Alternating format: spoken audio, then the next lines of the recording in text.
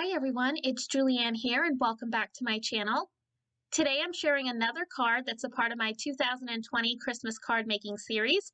I believe this is card number 10. I'm going to be combining a couple of companies in order to create this Christmas lantern 5x7 card. That's right, I am creating a 5x7 card. I don't know when's the last time I have created this size. The products that I'm going to be using today include the Lantern A2 Builder die set from Honeybee Stamps, along with the Candlelight Poinsettia stamp set from Scrappy Tail Crafts.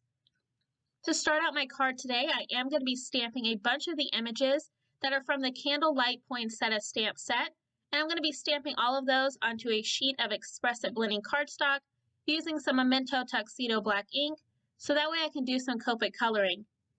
Now once I have each of the images I wanted, plus a few extras, I'm going to start working on my Copic coloring. Now there is a lot of coloring for this card, so I am going to be jumping around, as well as just showing you how I color in one of the flowers or one of the leaf images, and then I'm going to be coloring the rest of the images off camera. Now for all of the colors I'm using today, I will have all of the marker caps off to the side of the screen if you're interested in any of my color combinations. And I'm just going to put on some music and I'll be right back.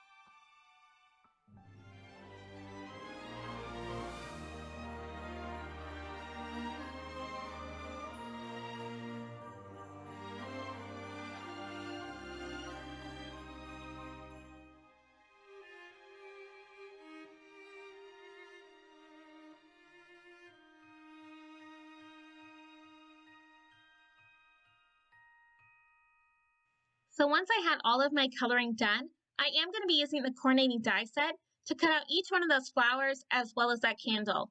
Now you may have noticed as I was coloring, I did end up coloring in the leaves on those larger poinsettia flowers, and I colored them in red instead of green.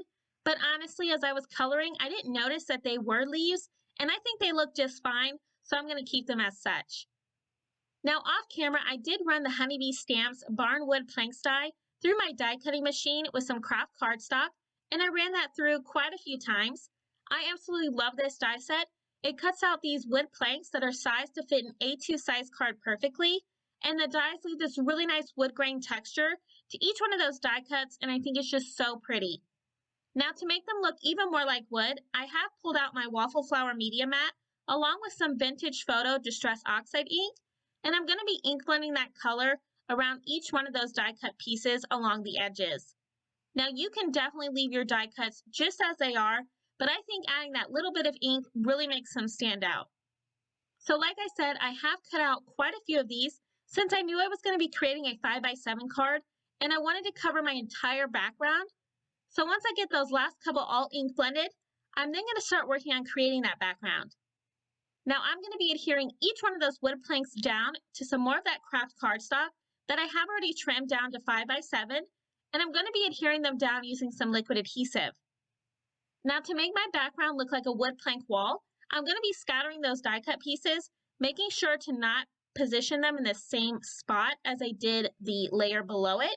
And this is going to give my background some really nice detail along with some dimension. Now as I'm adhering them, if there is any of them hanging off the side of that cardstock, I'll just use a pair of scissors to trim off any excess. And if I can, I'll adhere those pieces where I'm needing a small enough piece. So I'm just going to continue adhering all of those die cuts all the way up my background until I have it completely covered.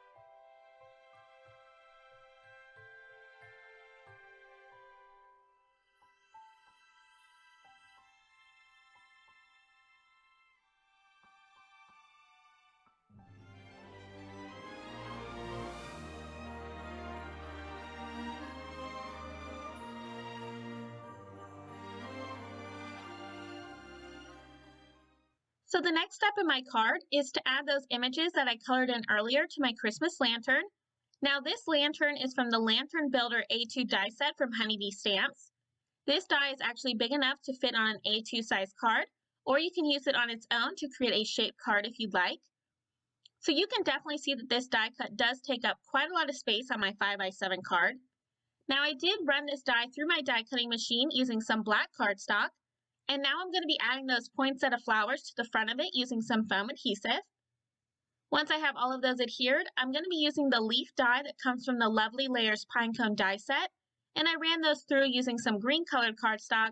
And I'm going to be tucking those in behind those flowers. And that's going to really fill in that area as well as add some dimension. Next, I'm going to be adding my candle to the back of my lantern die cut. And that's going to make it look as though we are looking through the lantern and the candle is inside of it. So I'm just going to be adding a little bit of that liquid adhesive to the back of that die cut, and then I'll adhere the candle so that way you can see it through the flowers and those leaf die cuts. Now once I'm happy with where that's placed, I'm then going to be adhering that lantern die cut directly down to my background, centering it onto my card so that way I get those wood planks on each side. And I'm going to be adhering that down using some more of that liquid adhesive. So I'm now going to start working on adding in my sentiments. I used 2 sentiments from the Pretty Poinsettia stamp set, and I stamped both of those in white heat embossed them onto some red cardstock. I did run both of those through my die cutting machine using their coordinating dies, and I'm going to be adhering both of those down to my lantern in that top right hand corner. Once I have both of those adhered, I'm going to be finishing off my card today by scattering a few gold confetti mix sequins throughout my background. And once I get all of those adhered, that's going to complete my Christmas lantern card. I really love how this card came out, and I think it would also be really pretty as a shaped card, which again, this die set is big enough to be an A2 size shaped card on its own, or you can add it to a card base like I've done today. If you do like this card and you liked this video, make sure to give it a thumbs up, as well as subscribe to my channel for even more card making ideas. If you're interested in any of the supplies I used today, they will all be listed and linked down below in the description box. And as always, I hope you have a wonderful day. I'll see you next time, and happy crafting!